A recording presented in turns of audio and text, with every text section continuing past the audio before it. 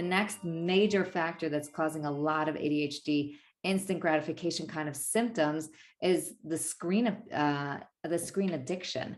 And that's so widespread. And we really can't have a genetic epidemic. And right now, ADHD is an epidemic, which means that most of it is not genetic, because genetically, what scientists have found is that between 2 and 5% of the population, we're up at, well over 10% of school-age kids are being diagnosed with ADHD.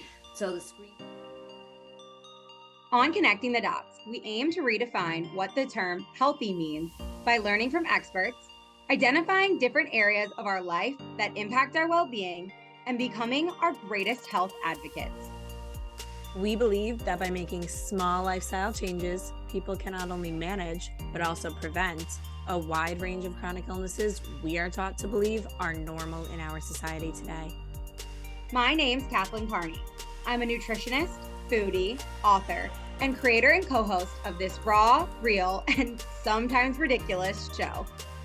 And I'm Melissa Chamis, the other half of Connecting the Dots. I'm also a certified yoga instructor, Reiki 1 practitioner, and a hustler just trying to survive in corporate America. We are close friends who bonded over our messy healing journeys and are eager to share our experiences with you. So come join this journey with us as we all learn to connect the dots between the physical, mental, emotional, and spiritual aspects of being human. We now know that 80% of the reason why people go to the doctor's office is because of stress. It's a stress-induced illness. So if we want to be working on healing the body, the gut and the brain have to be worked on together. People get sick and tired of being sick and tired. Never accept that, oh, I'm just always going to be this way, because there's always something you can do about it. So make one lifestyle choice after another and do it with support. The future of health looks like prevention. It's going to be more common for everybody to have their own customized health plan. Our health is no different than the health of the planet. It's never too late to feel great.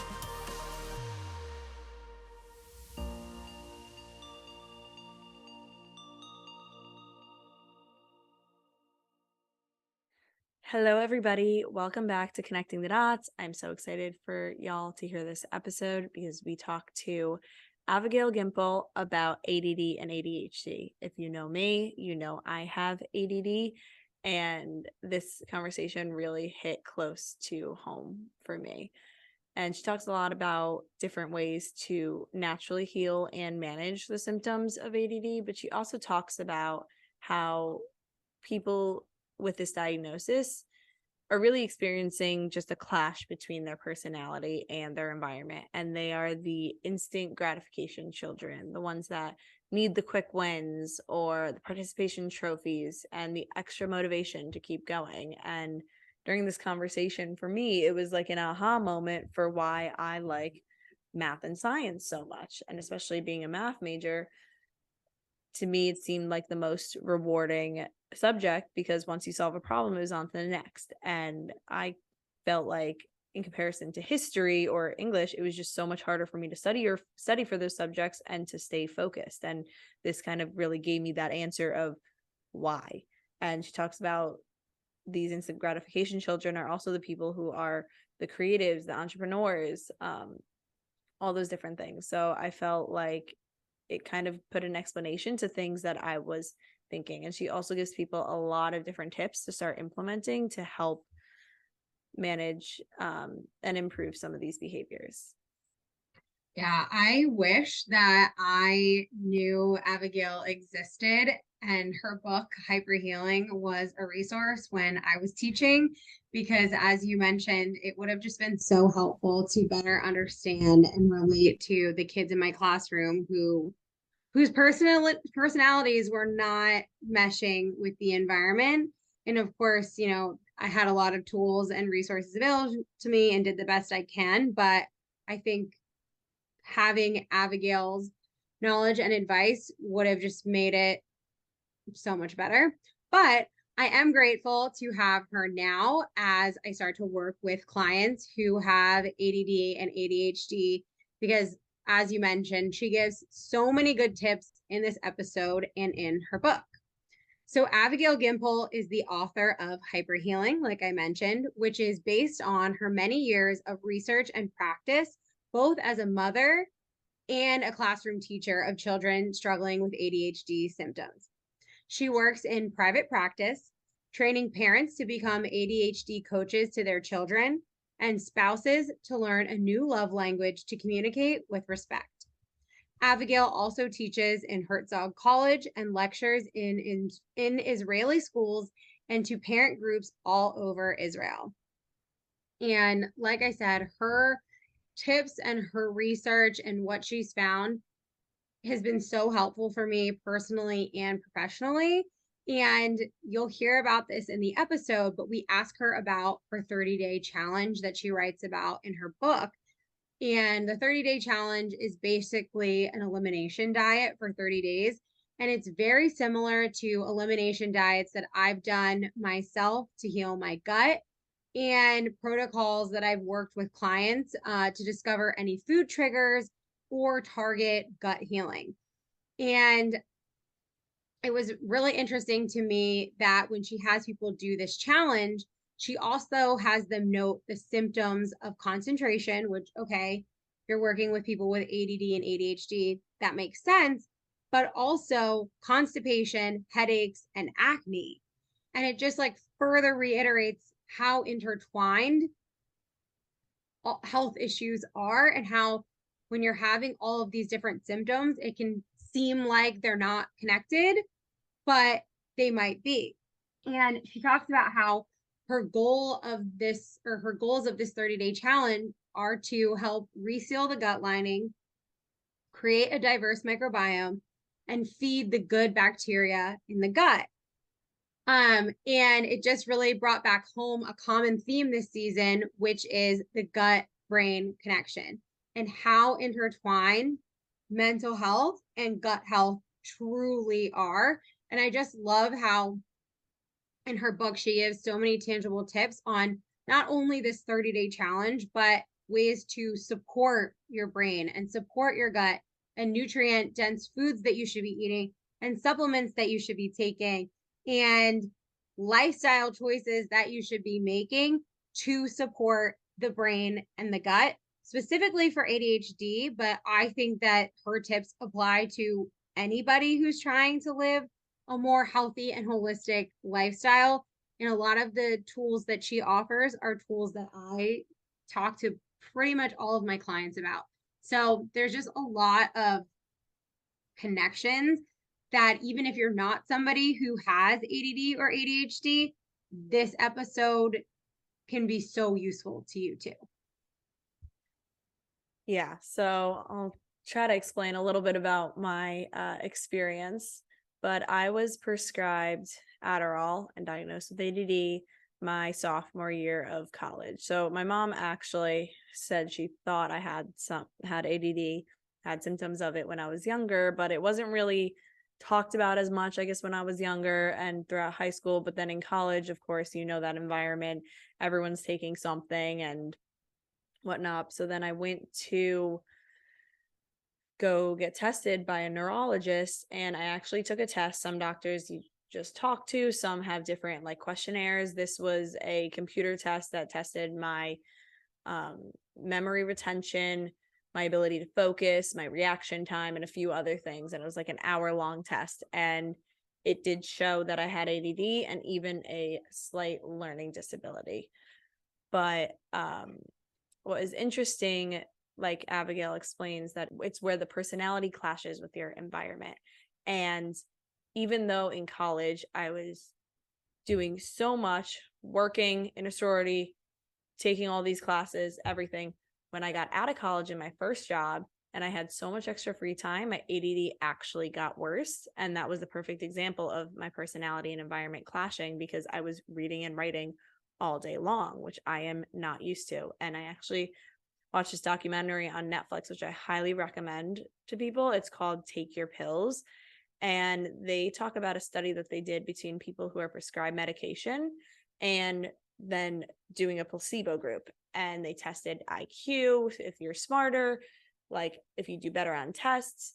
But the only difference they found between both groups was that the group that was prescribed the medication had higher levels of motivation, which makes so much sense, especially for me with my first job having worse ADD because I wasn't motivated.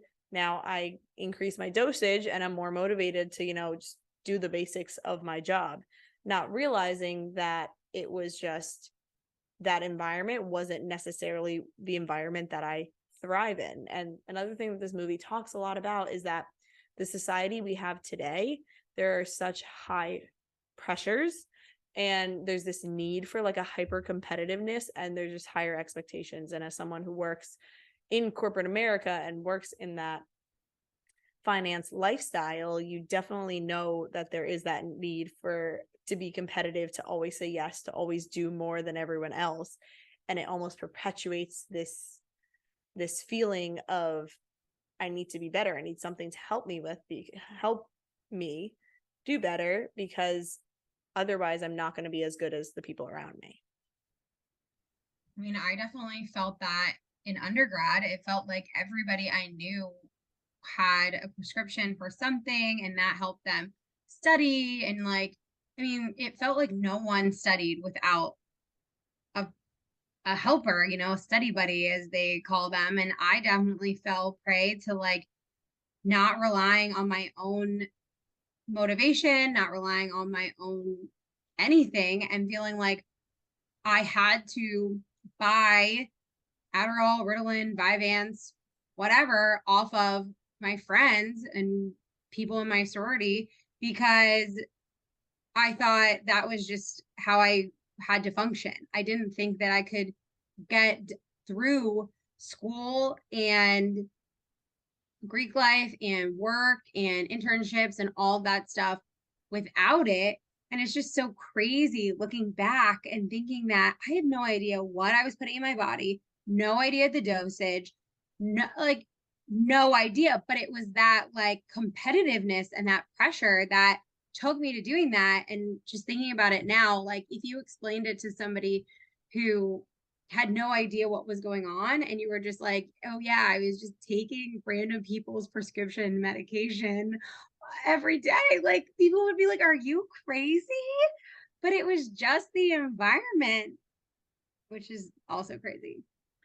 Yeah, and something else they said in the movie, which is wow, is that people used to take drugs to check out and now they're doing it to check in, which I thought was pretty funny. But yeah, the first time I ever took it was my friend actually gave me his Vyvanse because I was so stressed out about everything going on. And he's like, here, take half of this. I promise you it will help you. And it did. It helped me out very well. But I didn't want to become reliant on it without actually finding out okay, I definitely think there's something going on. I do want to go to a doctor. And that's when I officially got diagnosed. And I was the type of person that always had to study with music. If you know me, you know I'm obsessed with Eminem. He was my study music because whenever I would be studying, I needed to distract my brain. So I almost put my headphones on. I would listen to the lyrics that would drown out any other distractions. And then I would be able to focus on my homework and studying.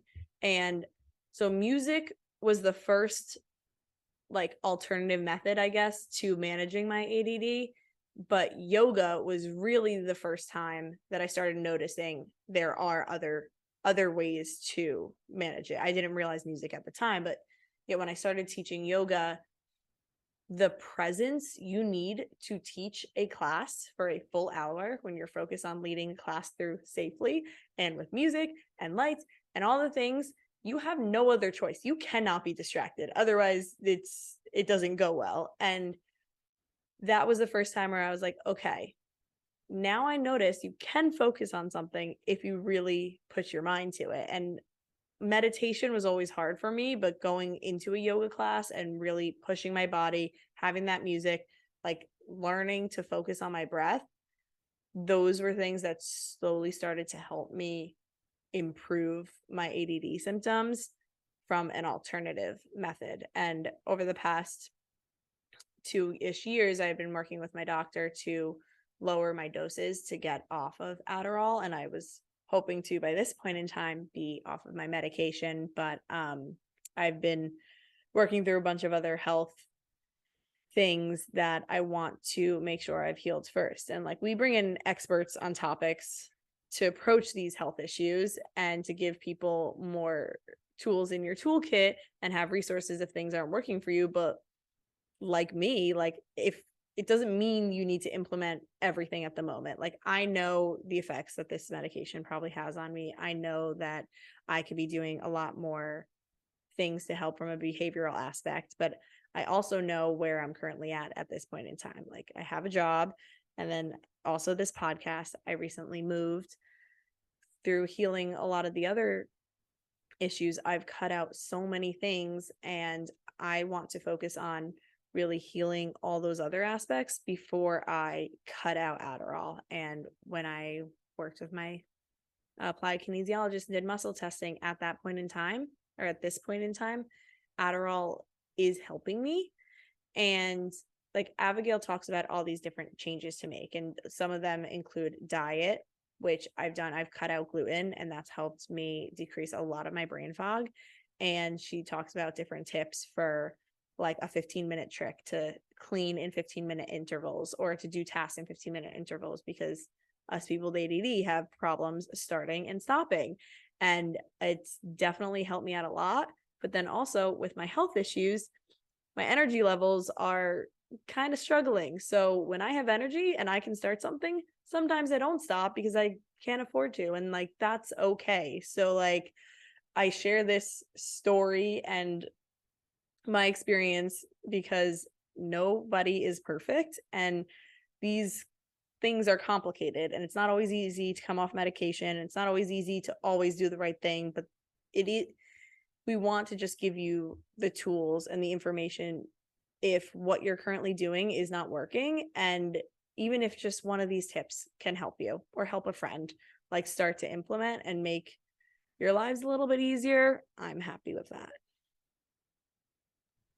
Yeah, it's when I was talking to my friend Megan the other day about, on the same vein, I promise it will make sense, about like promoting my nutrition services on Instagram, but not wanting to overwhelm people. And she's like, why don't you just post like, if you could do one thing, this is what I would do. And I was like, that's so smart, because it's not overwhelming, it's tangible. And if somebody is looking for a first step, genius. So thanks, Megan, for that. But it reminded me of like what you just said, of when you're listening to this episode and you're hearing 1,000,001 tips, the only thing that you might take away from it is buying her book. And that might be all that you do for a while. And then you open the book and then you start to implement. Like, we definitely just want to make sure you know that we're giving you all of these tools and resources, but please don't feel the pressure to do everything at once. And Melissa, I just love how you shared that story and we're so vulnerable of like, yeah, you've done some stuff, but you're not full on doing every little thing that you could possibly do, because that's not real life. Yeah. And honestly, us people with ADD brain, we get information overload and get distracted with half of this information. So like, same with me in books. I'll open it, I'll start half of it, and then I'll always refer to it. Like I remember highlighting her book, so I would refer to some of those parts. But the one piece that you made me think of is my graduation cap literally says every adventure starts with one step. So it's very fitting for this topic. And honestly, if anyone has any questions or concerns or wanted to talk about anything or similar experiences, please DM me, DM us on the pod, ask us questions. Like, happy to talk about this in a more in-depth conversation. Maybe we'll do a Q&A on our YouTube. I don't know, but just want to be and make myself available for anyone that wants to chat about it. For sure. And I have plenty of neurodivergent nutrition clients, so happy to work with you too if that's something you want to get in the mix with. Happily. Yeah, and that leads me right into the perfect segue of the ad for Kathleen Carney Wellness. As I already mentioned, I really enjoyed learning even more about certain diet and lifestyle practices that support people with ADHD, and have embedded some of what I learned from this conversation and Abigail's book into my own practice. At Kathleen Carney Wellness, I take an integrative and holistic approach to health and wellness, using the best of what I learned in graduate school, from my supervisors, and the alternative health practices I've studied along the way. I treat every client as an individual and create customized health plans to help them work towards their health goals. You can book a free discovery call with me by going to www.kathleencarney.com/services. And our next partner is Why Not Natural. So one of the supplements that Abigail says is important for people with ADHD to take is vitamin D3. In her book, HyperHealing, she talks about how vitamin D3 has been shown to reduce the permeability of intestinal lining and reduce inflammation in the gut. Our partner, Why Not Natural, makes products with vitamin D3, organic vitamin D3 liquid drops with K2, and organic vitamin D3 with K2 and spirulina capsules. To order either of these products and support this podcast, head to the link in our show notes. Enjoy the episode.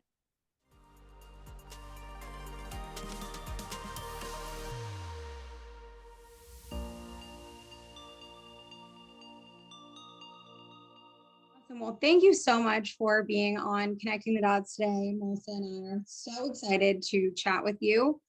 We start off every podcast episode with our icebreaker question, which is, what is something that you're currently reading, watching, or listening to? I just randomly got Jordan Peterson's 12 Rules for Life book. It just landed up in my house one day, and I still can't figure out how it got there. Divine intervention or something else.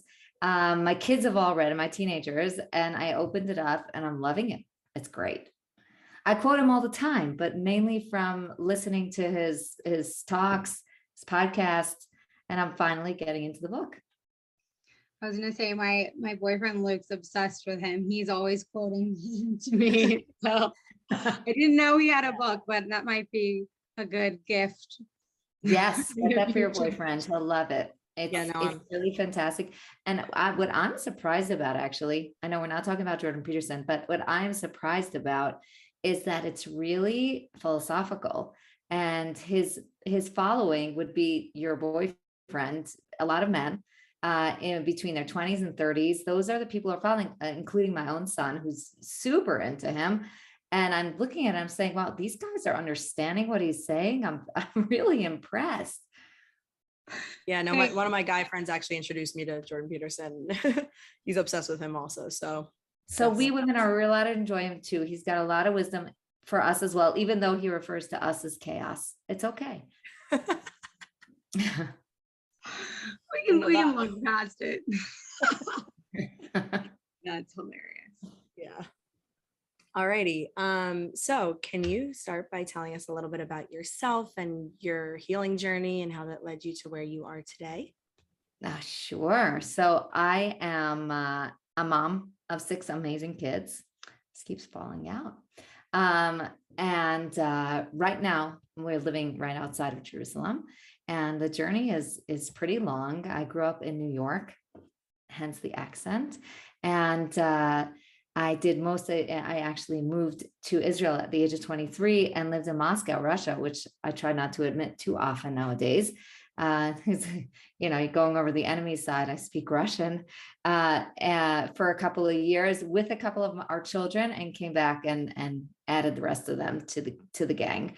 My journey with ADHD really began for me as a little kid who was really, really bad student, just all over the place and disorganized, and, a lot of fun to have in the classroom, according to myself. But really just, I couldn't get anything done. Homework was just a non-item for me. And the truth is, I really don't have ADHD as an adult at all, nor did I have it going through college, graduate school. It kind of disappeared at some point. And that was intriguing for me, I'm old, so I was not diagnosed with it as a kid. That was not something that anyone talked about. And my younger brother, when I was already a teacher, was diagnosed with ADHD, and he was taking what we called back then vitamin R, Ritalin. And basically when I started teaching, and by then I was, regular old, I was a college student. And when I got my first job, and what I saw was that there was these kids in the classroom who were so fabulous at recess time. They were interesting and fun, and they had great ideas. And then you got them in the classroom and that was it. We lost them. It was reminiscent of myself, but I couldn't understand what was going on with them. So I really did take a deep dive and try to figure out why these kids were struggling. And I started kind of trying to peel back the causes of their issues. And I discovered some interesting things about ADHD that maybe we'll talk about later on, but I did develop a program for these kids. And my story continues when I married probably the most hyper guy I've ever met in my entire life. He's a real blessing. He's amazing. And he gives me full permission to talk about him. But, and it's quite genetic. So most of my kids were diagnosed with ADHD. So my journey continues from being myself having struggled in elementary school through trying to help my students and then my own children. And now I teach in college. I teach in teachers college, and I help my adult students pass that along to their own classrooms. That is so cool. And such a great story of how it became personal to you in so many ways. I also was a teacher for a few years and experienced the same thing, where you have these kids that are so smart, but just could not get it together. And I taught reading. So they were like, I did not want to sit there and read for, we had 90-minute blocks. So they didn't want to read for 45 minutes. That just was not how it was going to work. And so I applaud you for really doing the deep dive and trying to figure out the best way to support your students and then eventually your own family. That's so cool. One of the most basic questions that Melissa and I had for you to start off is there a difference between ADD and ADHD? And if so, what is the difference? That's a great question. The thing is that the reason they are connected, in my opinion, and this is not scientific, is that both of them get the same effect from medication, meaning both of those groups of kids land up focusing or in, more highly when they take Ritalin or the other classes of drugs for ADHD. In terms of actual causes of ADHD symptoms and what we're seeing in front of us, obviously in the classroom, if you and I are both teachers, then they look completely different. They're different personalities. One of them is more bold and friendly and a real leader, and the other one is shy and timid. And one of them is getting into everything, and the other one is really pulling away and staying at the outskirts of everything. So therefore, in terms of presentation, they're completely different kids. One thing they do have in common, I would say, is that both of them have an instant gratification personality, that they want something here and now and easy and fun and interesting. So one of them is going to demand it by being loud and hyper and jumping from one thing to the other. And the other one is just gonna, when the classroom is not interesting and not fun, they're just gonna kind of veer off into dreamland and very quietly try to find things to do for themselves. I had this one student who spent an entire year doing nails, and this was before gel. So I really, she did it with glue, with liquid glue, and it looked fun. Like I almost wanted to join her, but that was it. She was not interested in anything. All she wanted to do was make beautiful long nails for herself. So she was just involved in her own happy world. That makes a lot of sense. So I was the child so I am prescribed medicine for ADD. I didn't get diagnosed until college, but your description for ADD versus ADHD makes sense, because I definitely was the quieter one who would go. You did your nails. I have done my nails actually in class. Excellent. High school, I would doodle on my notebooks if I would get so distracted so easily. Reading and writing, I could not read more than a paragraph without veering off. I was more of a math and science person, because to me, I think when I was reading your book, the instant gratification piece, I felt like it was more rewarding. I'd solve a problem. Okay, on to the next thing. It's like there was stops and you kind of had an end result. But I think it's interesting because like that you did this deep dive, because I think my mom said she started to notice symptoms when I was younger, but didn't really know. And then as I got older, I almost feel like it has gotten worse, but I've learned that certain things, whether it's the interest or like the environment that you've talked about, which I want you to talk about more, have correlated to it. So I love that you've kind of looked into that and figured out alternative solutions, because I'm also looking to kind of go off the medication and look for those alternative solutions as well. So I think it'll be good for listeners to hear that. Okay, so which part would you like me to talk about? So can you start with talking about what are the biggest factors that play a role in like ADD and ADHD? So I would say the biggest factors that play a role, first of all, is your personality. That's that instant gratification personality. And then going on to their other causes of ADHD symptoms. And most of them are a clash between a person and their environment. And it's really important to me to say, and I know I say this a lot, that a person with ADHD symptoms, including yourself, is a healthy person with a healthy brain. And that's something you really need to know. And your brain is working differently, and it's ticking in a different way. And the instant gratification is completely healthy. So a lot of times you're going to see that person is going to be more creative.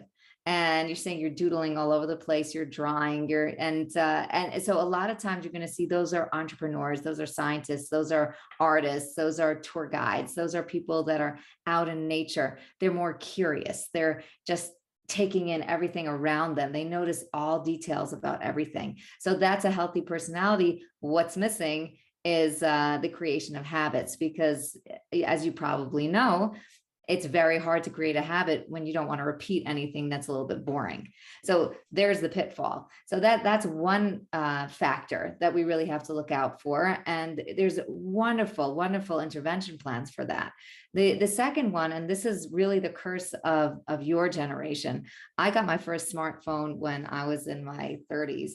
So but for you growing up, you basically were born and got a bottle in your mouth and a smartphone in your hand. The next major factor that's causing a lot of ADHD instant gratification kind of symptoms is the screen addiction.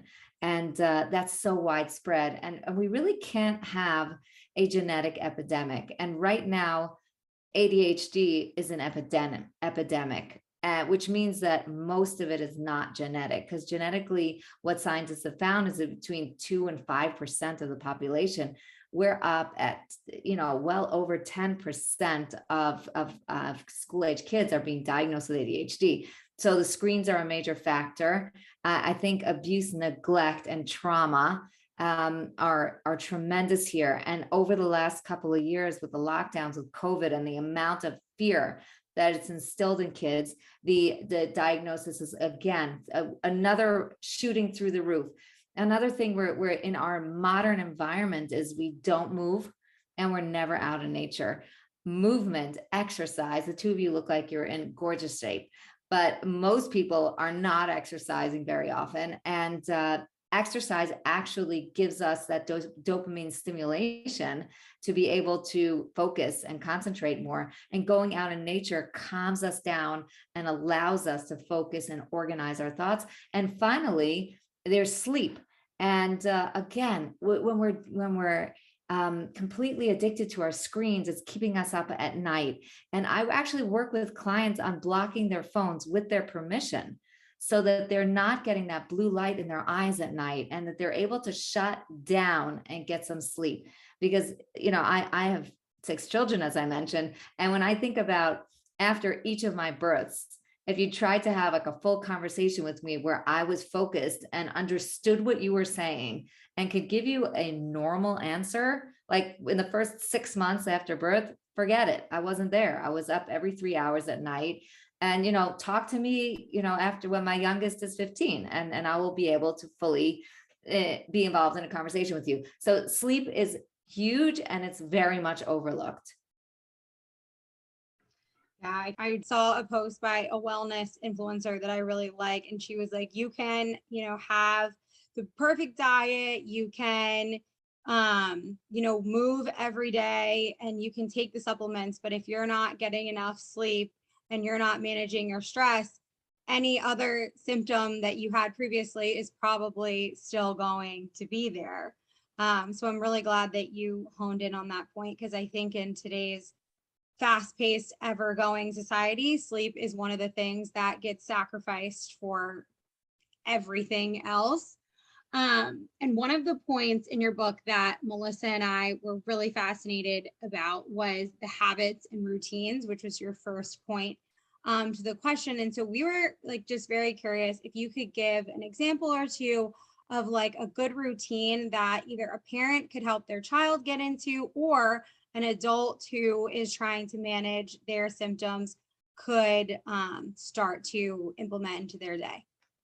So sure, this is something I work with a lot, and it really connects with the previous question, which was about the causes, because sleep is something that if we parents don't step in and help our children with, it doesn't happen. And the sleep has been, for me, while raising my children, something like really just the center of my interaction with them. The nighttime was really important, and it was an entire process of dinner and then shower and then reading a book together and having a nice conversation and a prayer before bedtime. So it was very much that. But what I find is that people with instant gratification personalities, they do terribly with routines.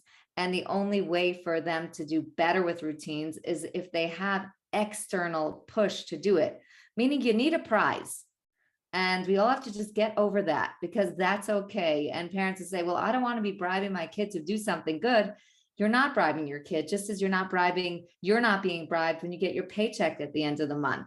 That's the way it works. We work, we do the things that we're supposed to do because there's an incentive. And the incentive here, sometimes for some kids that are not ADHD, the incentive is my parents will be proud. The incentive is I'll get a good grade, all those kind of things, or I feel good and refreshed when I do good things. But for instant gratification, ADHD, that's not what's happening, because those kids want to be enjoying themselves right now. So when they're watching something or reading something or playing with something, disengaging them from that and sending them to do something they don't want is really close to impossible. You're fighting their personality. They have to do this, but you are know that you are fighting their personality. So what I would do is set up a behavior chart for evening time and let it run, let's say about an hour in the evening. Back it up an hour before bed. And I would choose 4 different activities that the child has to do. And while the child is doing it, the parent has to be very, very vocal about being complimentary, because this child needs that feedback. And often as teachers, we see in the classroom that the kids with the ADHD, we notice them within 15 minutes of the first day of school, because they must get our feedback right away. So these kids need that too. So if we're giving them loud, positive feedback, they're going to want more of it and just keep lapping it up. So therefore, and I'm not thinking that they're dogs, that was just an expression that came to my head.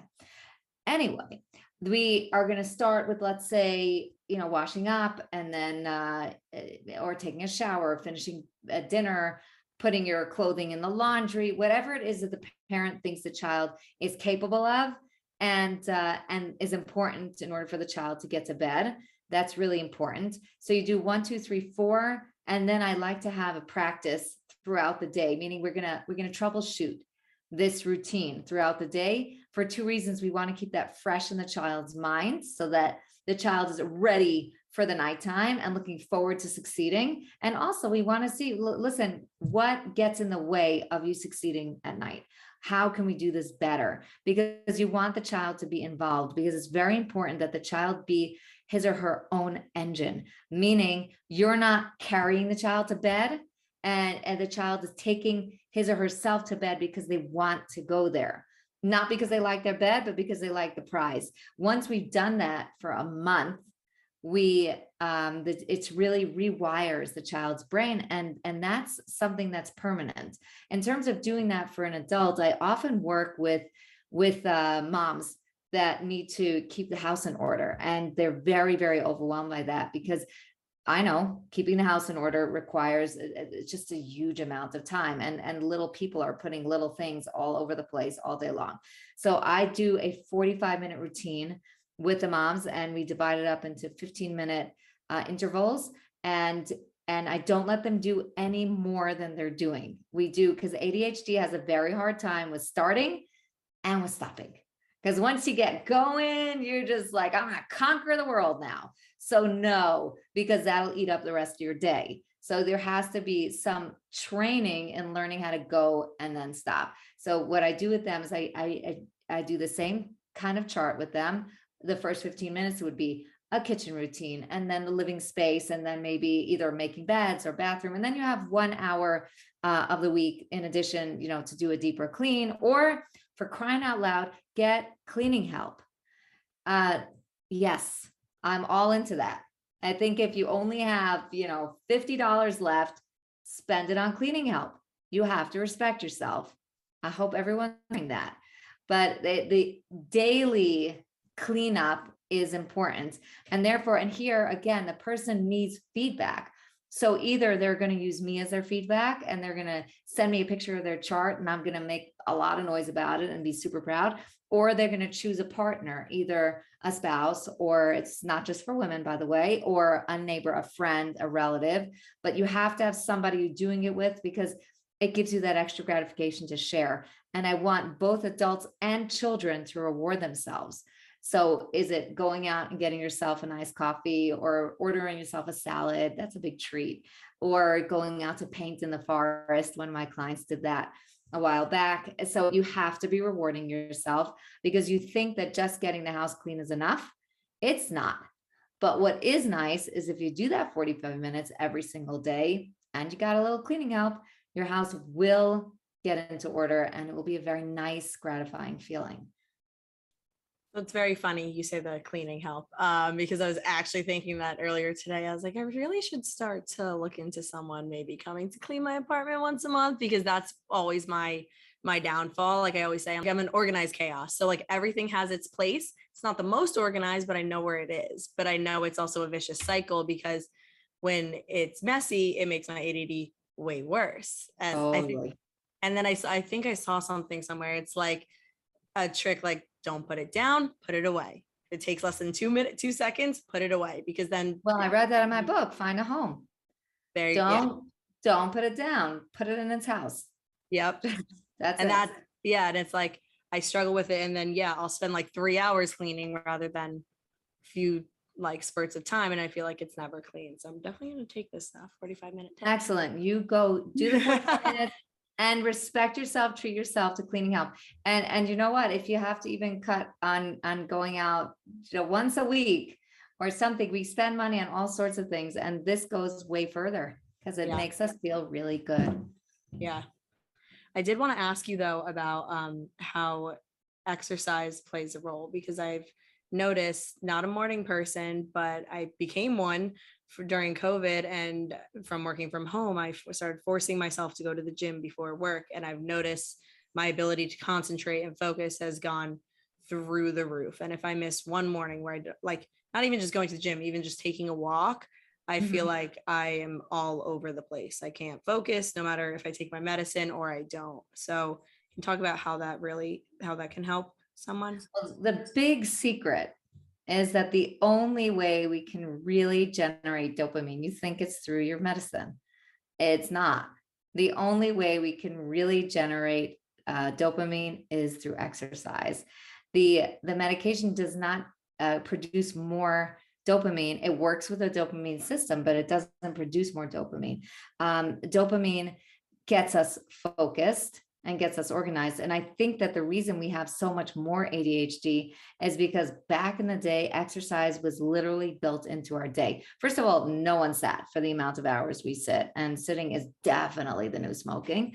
But we walked to school, even when I was younger, and we had color TV when I was little, but I walked to school every day. It was a 15-minute walk. So I got there and I was a little bit sweaty and I wasn't ready to go, but my sister who was walking next to me, she was ready to go. But the exercise actually stimulates dopamine and gives us focus. So the more that we can do that, the better off we're going to be. My husband, who, like I said, is the most hyper person that I know. Really, I mean that is the biggest compliment. He's a marathon runner, and he drags me on 10Ks all the time. And I go kicking and screaming, but then I love it. It's great for us, and we all have to put it into our lives. What's important here, especially for someone with ADHD, you have to choose exercise that you love, or you're just not going to do it. I got into CrossFit, and it was like, oh my God, this is the best exercise ever. I know you're not allowed to say exercise about CrossFit. There's all sorts of words. It's a very, I don't know, elitist kind of thing. So it's not a gym, it's not exercise, but whatever, it does the trick. You get a lot of muscles, you feel fantastic. And I go with joy. So we have to find our thing. I've got a daughter who's actually a yoga instructor. She's living in my house, and I won't do yoga with her. It's too slow.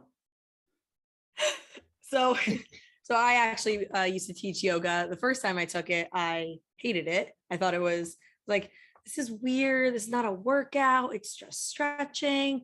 And then I found a yoga studio it was hot yoga. It was a lot faster, more like physical exercise driven, and like louder music. And I was like, okay. I could deal with that. Okay. Now this is more my style. And then I started getting into it. I was like, okay.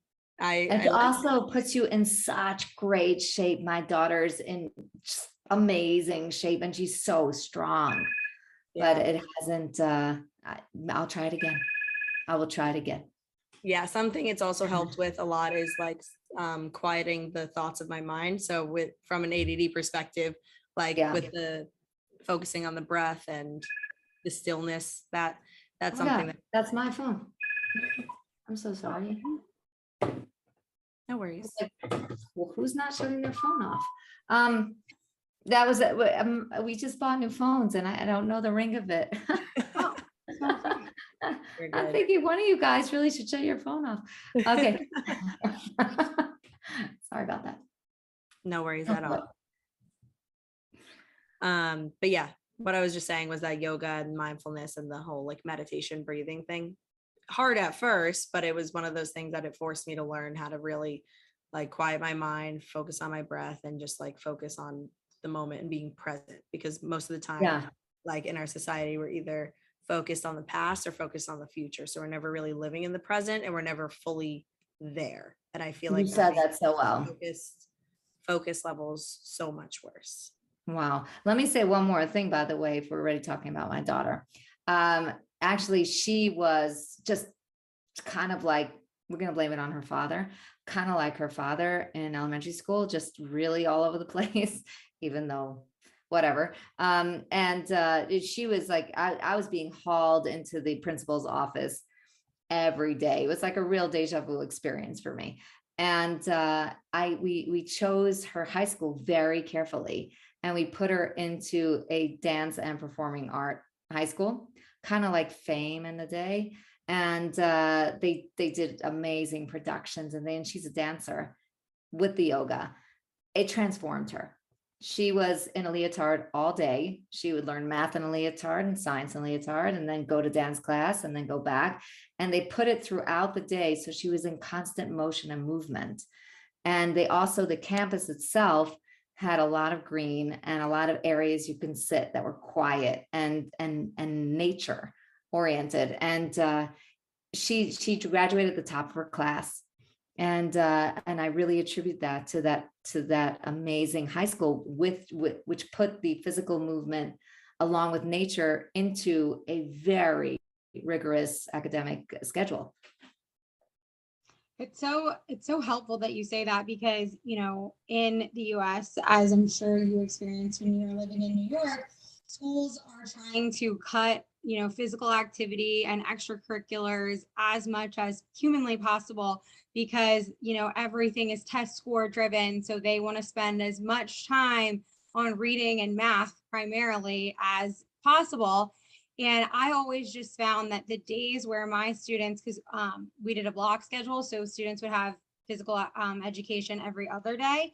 the days that they would have physical education, they would be so much, more focused, and I hate to say better behaved, but just like, I feel like excited about being in the classroom and doing whatever assignment I gave them, versus on days that they didn't have it and they're just sitting in their chair all day. And they're just like, okay, I'm sitting here again. Cool. Like, then they wanted to, play games or pass notes to each other, do whatever kids do. So I'm glad that you acknowledge that those aspects of the school day are so valuable and so helpful for, I think, all students, not just kids that are a little extra hyper. But also did want to ask you about another part of, a factor that we read about in your book that contributes to helping or potentially, I don't want to say harming, but, worsening ADHD symptoms, which is diet. We'd love to, ask you, what role does diet play in ADHD symptoms? Diet plays an unbelievable role in ADHD symptoms. And once again, with the rise of ADHD and everyone asking what's going on and giving the simplistic answer of, oh, we're just better at diagnosis, which is, it's silly. We're not better at diagnosis. Any teacher knows that you can't miss these children in the classroom. It's not like beforehand we didn't notice them and then we got these amazing diagnostic tools and suddenly we're seeing them.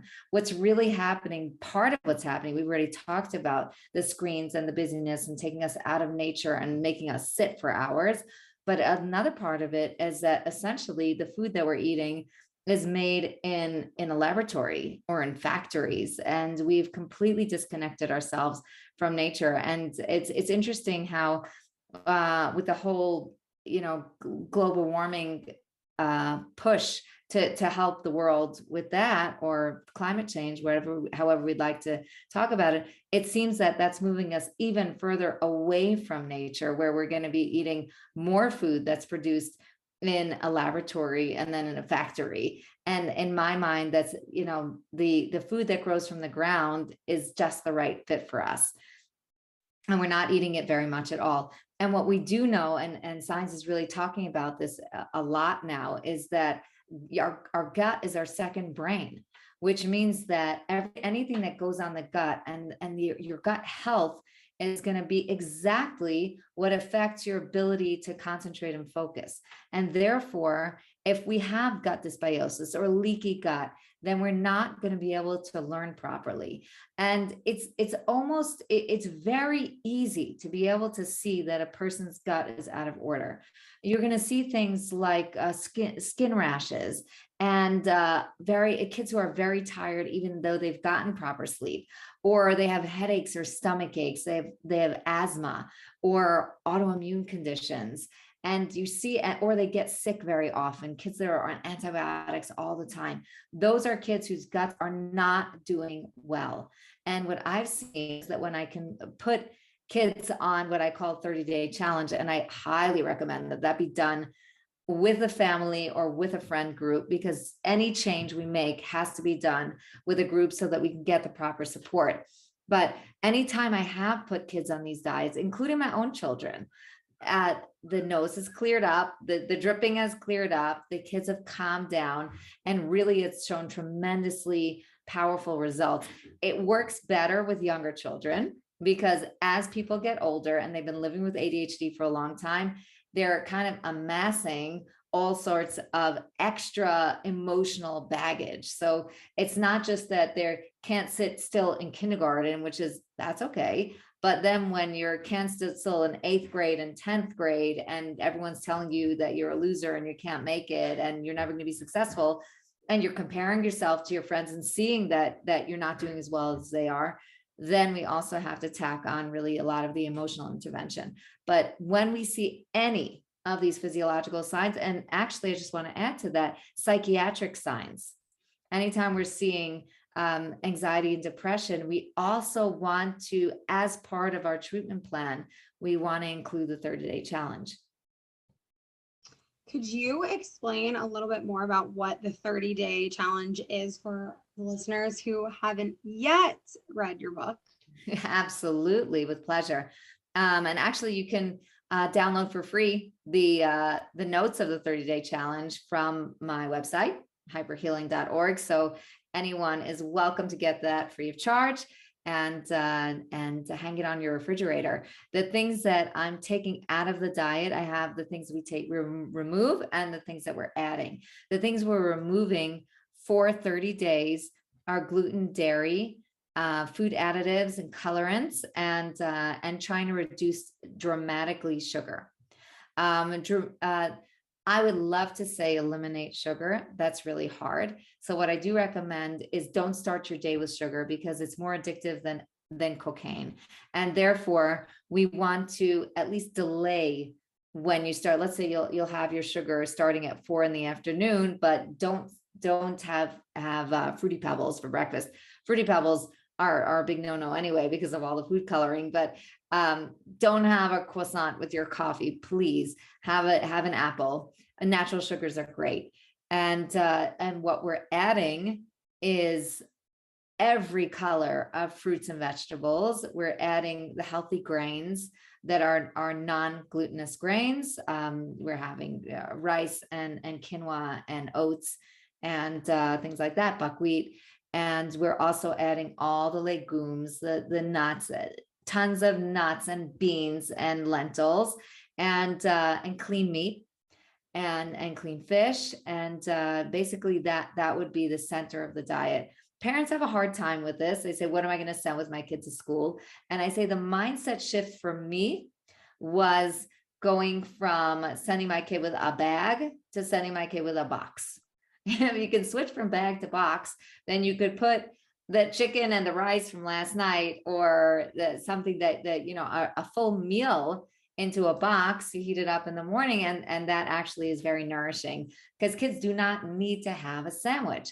But if you are cutting out the gluten, then I would say trying to not go for the gluten-free products, which very often are loaded with preservatives and food colorings and tons of unnecessary sugar, is not great. But if your child needs time to get into it, then it's okay. Start with the gluten-free pretzels and wafers, and there are, endless products.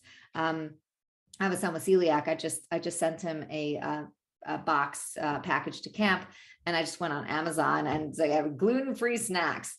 42,000. So you're good. Plenty of what to buy. There's also great rice pastas. There's so much to buy, and you don't need recipes from me because there are people that specialize in this, and they will really just give you everything you need. I make lots of home-baked products as well as bread made from oat flour. And we eat a lot. We eat healthy. And you want the center of your diet to be natural food. Look at it and say, how similar does it look to when it was grown? You want it to look kind of similar, like a nice broccoli. Looks like a tree. It's good. I love it. Yeah, no, I think that makes a lot of sense because I've noticed when I cut out gluten, like the brain fog disappears and the inflammation and all the things. And when I added back in just to test it out, because I did something similar with the Whole30 program, it was like immediately I'm like exhausted for the days after. It's almost like I was hungover. So it's like, you really start to notice the effects that different foods have. Just to add to that, when you do add, if you feel like the gluten is not the issue for you and you want to go back to bread, then going back to sprouted wheat bread like Ezekiel bread or what's it called? Like the healthier breads, there are breads. Gluten is not evil. It's just the molecule is just too big for us to digest, and therefore it's ripping up our gut. So therefore you can go back to sourdough bread and things like that. And one more thing, another thing we add, which is very important for our gut, is vitamin D. And because that really helps seal our gut. And it's vitamin D is really, we need it for everything. So you're deficient in vitamin D, please get yourself to a good level of vitamin D. And for people who are constipated, that is also going to cause some ADHD symptoms. So magnesium is my favorite. And that's something that you could add without really worrying about health consequences. I've never heard of a magnesium overdose. It's a trace mineral. We have it everywhere. And therefore, just like vitamin D, which is in the sun, which we have everywhere, we don't have to really worry about overdosing on it, but it's something that I definitely recommend. Also, B complex, if you have that, I would say take a blood test. The B vitamins are very, very powerful for focus. So that was actually going to be my next question. You probably answered most of it. So besides those 3 supplements, is there anything else that you recommend people should take, or in like converse, like stay away from if they think they're taking something that's helping, but it could actually be worsening their symptoms? So another one that I was giving a course to parents once, and there's this one mother, and she's sitting there and she's so negative. Everything I'm saying, she has like her arms crossed over her chest, and she's like, that's not working for us. That's never going to work for us. Like, no matter what I said. And then one day I said, you know what? Try a probiotic. And probiotics are very good to rebalance the gut. I prefer probiotic foods. You know, you could actually and you could buy that in farmers markets. I don't make it myself just because I'm busy, but I do buy it at a farmer's market, and it's just as good. It doesn't have to be from underneath my sink. And she came in the next week. She says, finally, you said something worthwhile. So probiotics are a great idea. And there are those who are big supporters of omega-3. I like to get the omega-3 through chia seeds. I'll put them in a fruit smoothie, which is great anyway for breakfast. So making it for yourself, for children, make a nice fresh fruit smoothie, put a couple of tablespoons in there and let it sit for a little bit, because it's got to really absorb. And that's a great addition as well. Also, that would help with constipation if that were an issue. Absolutely. And so I think that you also hit one of our next questions on the head, but just to clarify for all listeners, because this season of Connecting the Dots, I feel like so many people that we talk to have made that brain gut connection, the gut health connection. And so I know that, adding in those key foods, taking away those 4 different foods, or, minimizing them as much as possible, adding in some good supplements, there are all ways to improve the gut health. But is there any other tips for parents, caretakers, or adults with ADHD? Any tips you have to help them improve their gut health or their children's gut health? Yeah, one that's really great. Go on a hike. Don't go to the mall. You can go to the swimming pool a little bit, go to the beach, go on a hike, because we have amazing ability to absorb all of the microbes in nature. So take your shoes off, be barefoot, walk around in the grass, walk around on the beach. And the more you can do that, actually, the more your gut is going to be diversified. So, and you smell it, you taste, you feel, you touch the leaves and the ocean water. And that's very, very powerful and really, really helpful to us. And the other thing is get a pet. I can't believe I'm saying this, because I fought tooth and nail when my husband, without asking me, brought home our dog. He snuck the dog into the house, conspiracy behind my back with my children, like I wasn't going to notice. You'd think, whatever, different story for a different time. But the truth is that hanging out with animals and letting the animals lick your face is an incredibly strong way to build your gut health, because your body needs to be exposed to nature and to animals in order to be healthy. So go to petting zoos if you don't want to have your own animal. But actually, my daughter just bought 3 rats, I kid you not, and 3 ducks.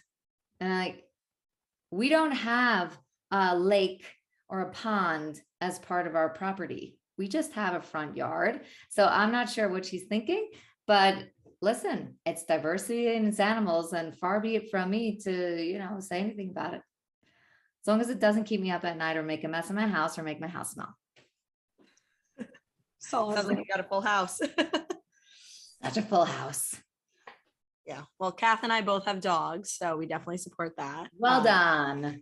Yep. Both did the pandemic puppy thing. I would always joke, I'm like, I'm not worried about COVID. I have a disgusting dog. So she definitely brings in worse things than COVID. So there we go. I wasn't worried either. So kind of want to switch gears to the mindset perspective. So you talk about in your book, the fixed mindset versus the growth mindset. Can you explain what both of those are and how that can help either children or just people who are struggling with ADHD? Sure. Well, first of all, I would highly recommend that everyone go out and get the book Mindset. It's amazing. And it's a little book and you can read it in a day and you'll love it.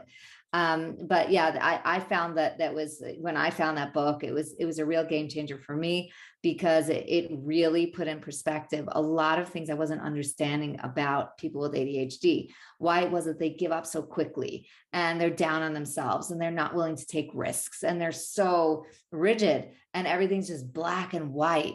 And I'm thinking these are smart people. And in really large studies, we find that they have higher IQ than other kids and other adults. We're not just talking about kids here, than other people. So what was really getting them stuck? And what I realized was what I call a curse. What happened to them is that they really cursed. They were told that they were a certain way and they had to be that way. They were either lazy or smart, even a positive stuck description of a person or an artist. I had this young client. She's the cutest little thing. And she was really artistic. She sat in class and she doodled, but kind of like you, but her doodlings really were, she would doodle what the teacher was teaching and you could make a book out of it. But here's the thing. She was so pressured to be an artist that she hated it. She didn't want to do it. And she was always stuck. And I suddenly realized that the compliment she was getting, you're an artist, made her realize she's not allowed to not be artistic. She's not allowed to try something new. Everything she does has to turn out beautiful and wow for everyone who looks at it. And that was the response she needed to get. I have an adult client who's the smart one, and he was always the smart one, which literally held him back from taking risks to be smarter. And smart kids don't ask questions because they have this deep, dark, horrible secret that they might not be as smart as everybody thinks, and they don't want anyone to know that they're not smart. So they're always holding back. And when you need this perfection, then you're never on a journey. And the way we're shifting it, and what happens to the people that are in a growth mindset, those are people who got the message that all you have to do today is take a chance, put one step in front of the other, do better than you did yesterday, ask questions, discover. Your end point has not been determined. The only thing that's determined is that you're journeying and you're learning. So people who are learning love to ask questions. And that's what I found was a lot of times it wasn't the child's brain itself, it was the messages and the curses that we had given that child. And therefore they were no longer able to get out of this box that we had placed for them.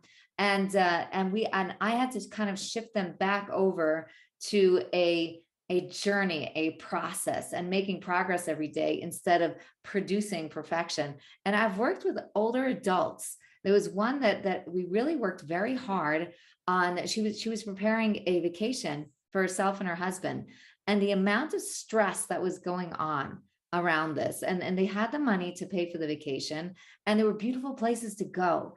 But I couldn't understand her stress until I said to her, do you need this vacation to be perfect? And she's like, oh my God, that's what's bothering me. And I said, wait, this vacation is already fantastic. Why? Because you have the time, you have the money, you have the spouse you like, it's his birthday. So everything's great. Now, all you have to do is fill in some technical things that will make it even better. But whatever happens is going to be wonderful. And it's really not about succeeding and failing. It's about succeeding or learning. And I've found that this has been an amazing tool to get, we're all stuck sometimes. None of us don't have our fixed moments. And therefore a tool for everybody to get out of stuck and get into journey. Yeah. Wow. I think something I thought was interesting was the questions that you mentioned. Some kids are like more nervous to ask questions. And when I was younger in 8th grade, I was in like one of the advanced math classes. My teacher recommended that I not continue with the advanced math classes in high school because I wasn't an independent learner and because I asked way too many questions. Oh my God, that's awful. I said, no, I'm going to continue. And I'm glad I did that. But since then, I would always be self-conscious with questions. Now I don't care. But as I have, but it makes you think like teachers like that kind of shape students to have this fixed mindset and not allow them to make mistakes. And people are saying like, we can't ask dumb questions. Like there's no such thing, just no such thing in a different way. Like maybe they just don't understand it the way you're teaching or the way you're. I honestly think it's remarkable that you received a curse and yet you didn't let it change your decision. You actually carried on. It did affect you by you kind of having to think 10 times before asking a question, which is a real shame. But you had enough confidence to go on to continue with advancement. I failed in that exact area. And I pulled back from math, from the curse that I got. And I didn't believe I could pass math. I aced college math, but I still was like, oh, it was an easy course. It was no big deal. But it that lands itself inside of us, and it's a lot of work to undo. But it's so great when we do it. Yeah. I feel like sorry, go ahead. Oh no, I was just saying that's very interesting. I was gonna just say, as you know, teachers, I feel like a lot of them, they feel like, oh, they're molding your minds, they're helping you figure out your life path. But by doing that, they put you in those boxes of like, oh, you're only good, like you said, you're an artist and that's all you can do. Or for me, it was reading and writing. That's all I could do. Math and science, no, wasn't my thing. And I should stop trying, basically. And that carried on for so long.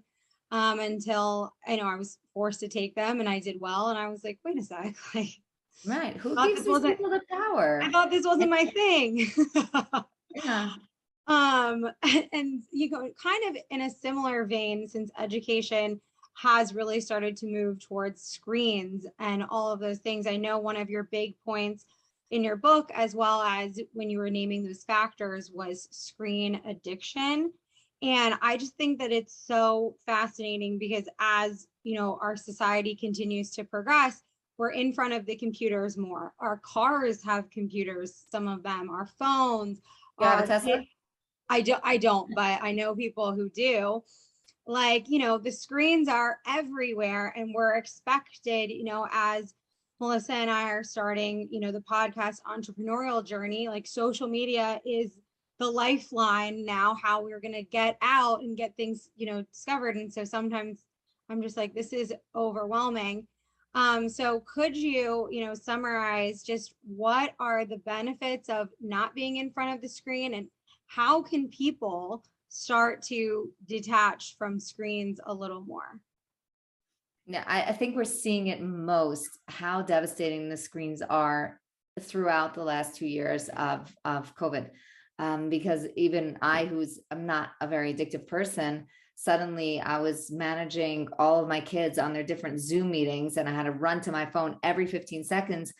And it literally trained me to check my phone every single second. And suddenly I'm an addict. And wow, that happened very quickly. And so it didn't remain that way, thankfully. But yeah, the thing is that with any human being, we need companionship.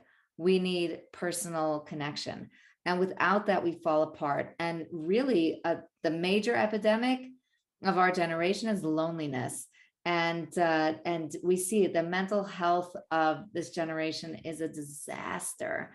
I didn't know about mental health when I was growing up, and not because I was ignorant. I grew up in a home with a therapist and with other mental health professionals, and it didn't touch the children. It was adults, but it's come down to the children because we're isolating everybody, and the screens are actually putting a screen around us and blocking us from our environment. So either that's getting outdoors or having a conversation with a friend. And we have to have those, which means we've got to block the screens. So one thing that is really important to me is get the pornography off your children's screens. Stop it. Your children are too young. They cannot figure out what's right and wrong and good and bad. And you know what?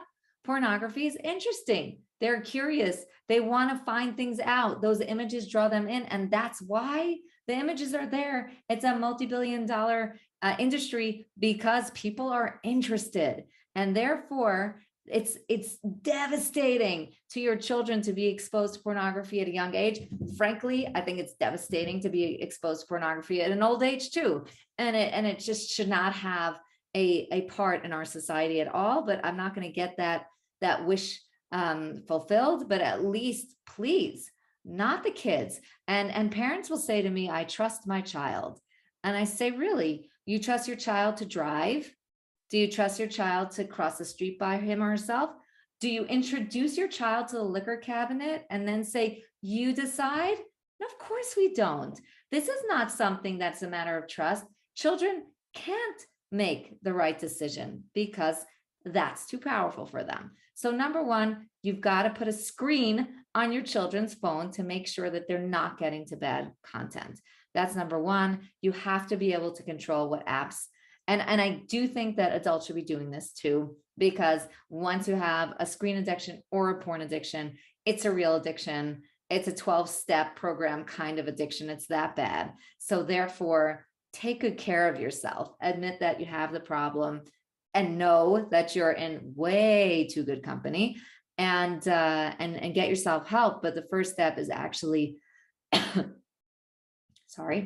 first step is actually cutting it out, completely blocking it so you don't have access to it. There's actually a program that I'm using right now. It's called Custodio, and I highly recommend it.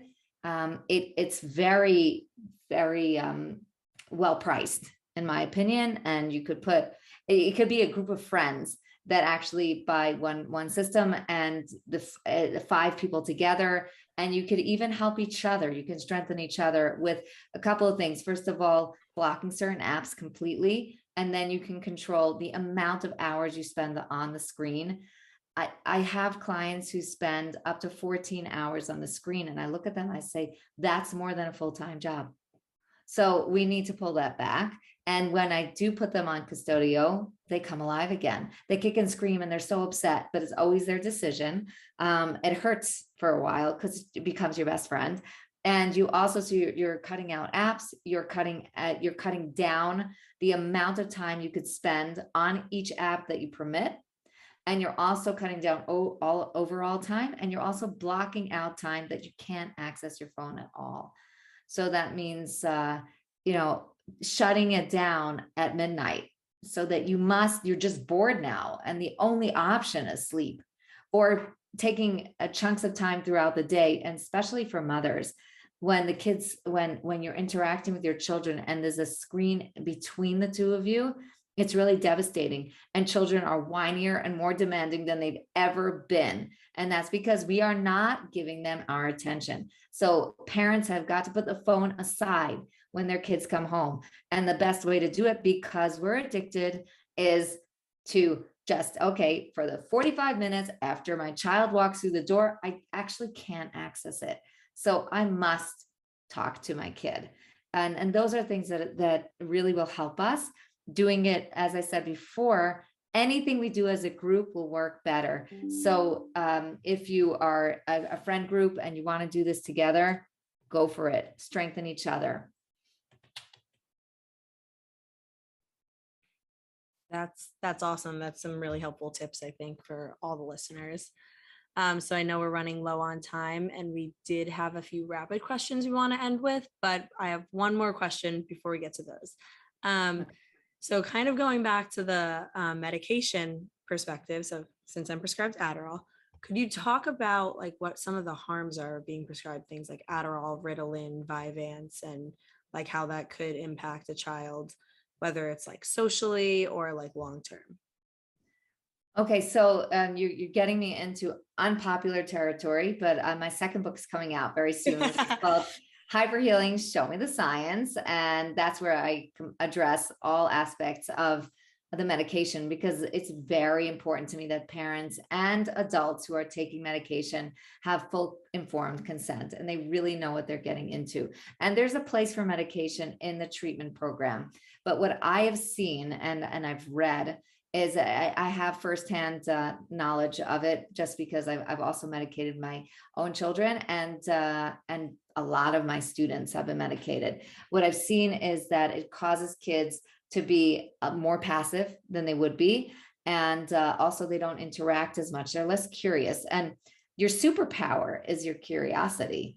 And when that's taken away and you're suddenly not absorbing everything around you, then you're losing your magical edge. And that's a big problem. You're also less curious about friendships and less getting into things. So just on the social emotional front, it's problematic. But for me, a huge problem is that when we're taking medication for a very long time, we become much more passive people. And that's what I'm seeing in my teenage clients that were put on medication in the second grade. And now they're in 10th, 11th, 12th grade, and they don't know how to get things done on their own. They don't know how to get started. They're not curious anymore. They don't want to engage the world anymore, because when you haven't been medicated and the world is kind of bumping up against you, or you're bumping up against the world, you have to start making choices. You have to decide what's good for you and what's not good for you. And when you're having trouble, then you learn to adapt. When suddenly all the trouble is reduced and you're not making noise anymore, you don't learn skills and you don't learn to adapt to your environment. So what the long-term studies find is that kids who take medication for more than 3 years are actually at a deficit as compared to their friends who are unmedicated with ADHD, because they are socially, emotionally, academically behind after those 3 years. I'm a firm believer in process. We just talked about that, and accepting where I am today. Okay, so I'm not as good at focusing and getting things done as my friend today, but if I take a steady journey and every day get better at it with help, then I'm going to catch up. And I'm also going to be able to hang on to my remarkable personality. In addition to that, we are seeing that kids who take these, and adults that take these medications, there is the risk of developing other psychiatric conditions in the future. And that's something I'm concerned about, and I'm seeing it playing out. It's about 1 in 10, which is a very high number. Thank you for that explanation. Yeah, I've heard about all these, and I'm looking forward to your next book coming out, because I definitely want to read it. But yeah, after this conversation, I think it's time. I mean, I've been thinking about it for a while to get off of it, but well, you do that carefully. You do that very carefully. Yes, I've been working with the doctor. Yep, okay. I've been working with my doctor on it slowly, making all the lifestyle changes first, so then I am. Well, good for you. Thank you. She's been killing it. It's amazing. Trying to, at least. I can't believe it's already been an hour. This has been such a fruitful conversation. It's just so good. And we're both very interested in this. As you know, Melissa said, she has ADD. I have a lot of people close to me that have it. And before our call, I was saying I've never been diagnosed. And I feel like I've had like the routines and structure that have kind of like forced me out of it. But as an adult with my own, you know, time and schedule and, you know, whatever, I found that some of those symptoms have popped up throughout. And, you know, we just know that this is a really important conversation. So we're so grateful for you to be here. And so we'd like to ask you, as one of our closing questions, what's one piece of advice you'd give to someone starting their health journey today? Take it slow. If you try to get everything done right away, you're going to drop it. So make one lifestyle choice after another and do it with support. Love that. So what do you think the future of health looks like? Oh, I'm really an optimist in real life. The health thing is not looking great to me. I think we're going to get to a critical point at which people are like, I can't hack it anymore. And we're going to get to a point where so many children are medicated and so many kids are just not flourishing, where we're finally going to say, what's going on? Oh my God, we need to nourish ourselves in order to be healthy. So I'm hoping that happens sooner than later, because to me, it seems we're at a critical mass. To me, it seems like way too many kids are on chronic medications and have allergies and asthma, and the autism is through the roof. I feel like we should get there, but when we do, we will have the tools to deal with it, because there is a lot of organic planting, and there are ways to switch over pretty quickly. And we just have to get past the cynicism and this very weird allopathic medicine notion that the food we eat has nothing to do with our health. Like, if we could get past that and health not be in the hands of the crunchy granola people, which I might be one of them, but I really don't feel like I deserve that. Like, I feel like I'm just really normal.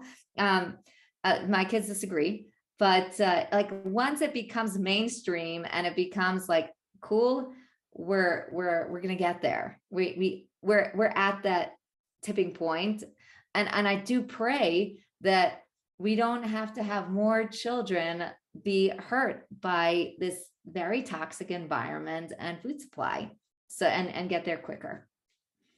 Speaking my language, I wrote a book, and the subtitle was How I Started to Think of Food as Medicine. So hopefully we get more people on board to think that, because definitely still in that category of like, oh, calf is just a health nut, and like, whatever. The truth is, I feel like you look beautiful. Your skin is beautiful. Like, people want to look like you. So maybe they'll be inspired. Here, keep at it. Fingers crossed. I'm trying.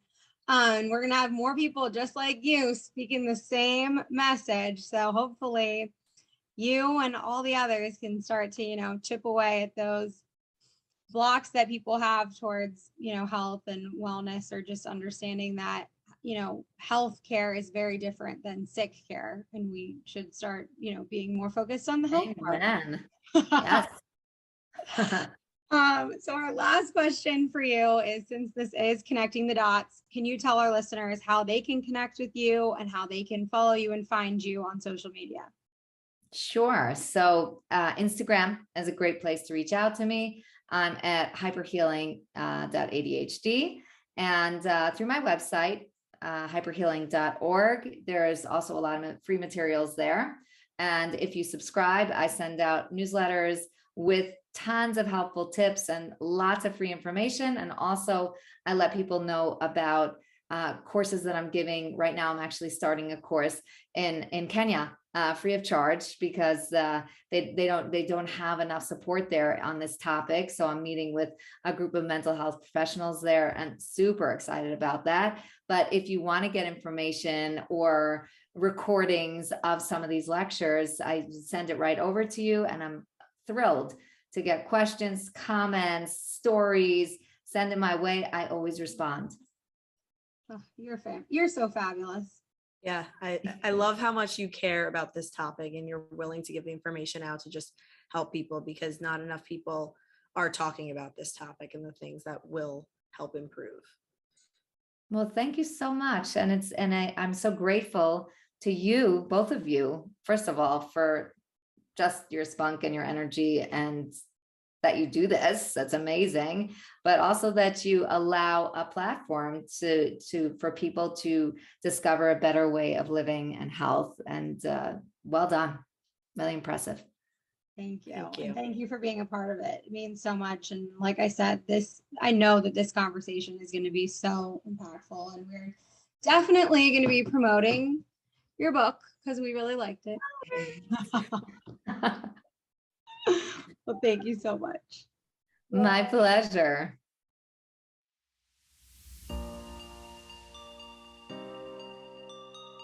We hope you enjoyed this episode of Connecting the Dots. If there was something that resonated with you, or you simply enjoyed the show, please share it with a friend, leave a 5-star rating and written review, and subscribe wherever you listen to podcasts so you can be the first to know when a new episode is released. And if you'd like to further support us, please subscribe to our YouTube channel and follow the show on Instagram at connectingthedots.podcast on both platforms. We're also on TikTok at Connecting the Dots Podcast. We have intentionally curated resource guides that go with every episode to give you the tools, resources, and information you need to make tangible changes at home. You can purchase these guides at kathleencarney.com/resources. If you would like to work with me directly, you can also go to kathleencarney.com/services and book a free discovery call to decide which service is right for you. Make sure you follow me at Kathleen Carney Wellness on Instagram and TikTok. And I'm Melissa Chamis on Instagram and The Lazy Yogi separated by underscores on TikTok. And we'll link all this information in the show notes to make it easier for you. We appreciate your continued support and look forward to hanging with you next week.